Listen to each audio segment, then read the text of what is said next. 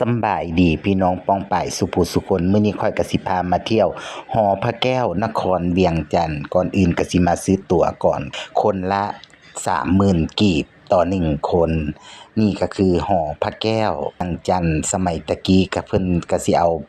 พระแก้วมรกตที่อยู่ฝั่งไทยนี่ล่ะไว้หม้องนี้ประดิษฐานอยู่หม้องนี้ล่ะก็เลยเป็นพิพิธภัณฑ์ให้ผู้คนมาเที่ยวชมเบิ่งอันนี้ก็ค่อยก็สิพาย่างมารอบๆบริเวณหอพระแก้วก่อนแต่ว่าเข้าไปข้างในนั้นเพิ่นบ่ให้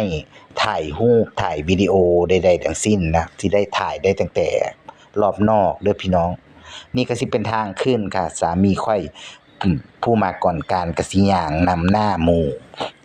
นำหน้าค่อยไปเลยร้อนแดดก็ร้อนพี่น้องเอ้ยบ่แม่น50องศาพุ่นบ่เลยจนว่าวินแดดไปแล้วอันนี้ก็สิเป็นด้านหน้าทางเข้าประตูทางเข้าโบสถ์หรือหอพระแก้วนั่นเองสามีค่อยผู้มาก่อนการก็ย่างนำหน้าเลยอันนี้ค่อยลักถ่ายมาหน่อยหนึ่งข้างในน่ะก็ยันเพิ่นเห็นเพิ่นนั่งอยู่เขาสิจับอันนั่งยิ้มนั่งหัวอยู่นี่ล่ะสามีค่อยอันนี้ก็สิเป็นภายรอบนอกเด้อพี่น้องอันนี้ก็สิย่างอ้อมโบสถ์อ้อมหอให้เบิ่งชมความงามก็สิมีพระพุทธรูปแด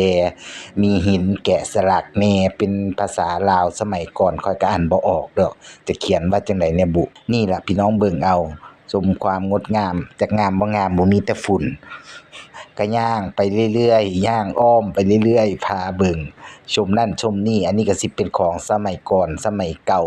แต่สมัยใดเนี่ยบุเอามากองโฮมกันไว้นี่แหละให้เฮาเบิ่งแล้วก็ย่างไปอีกจักหน่อยนึงบัดนี้ก็สิผัวค่อยก็สิอธิบายให้ฟังจะไปเอาความรู้มาแต่ไสบุย่างไปอีกจักหน่อยนึงผัวค่อยละแล่นก่อนหมู่เลยเพราะว่าเจอเพิ่นกำลังเฮ็ดหังอยู่พี่น้องค่อยก็แล่นนำคือกันอันนี้ผัวค่อยก็สิเป็นผู้ถ่ายให้ค่อยนั่งให้ค่อยย่าง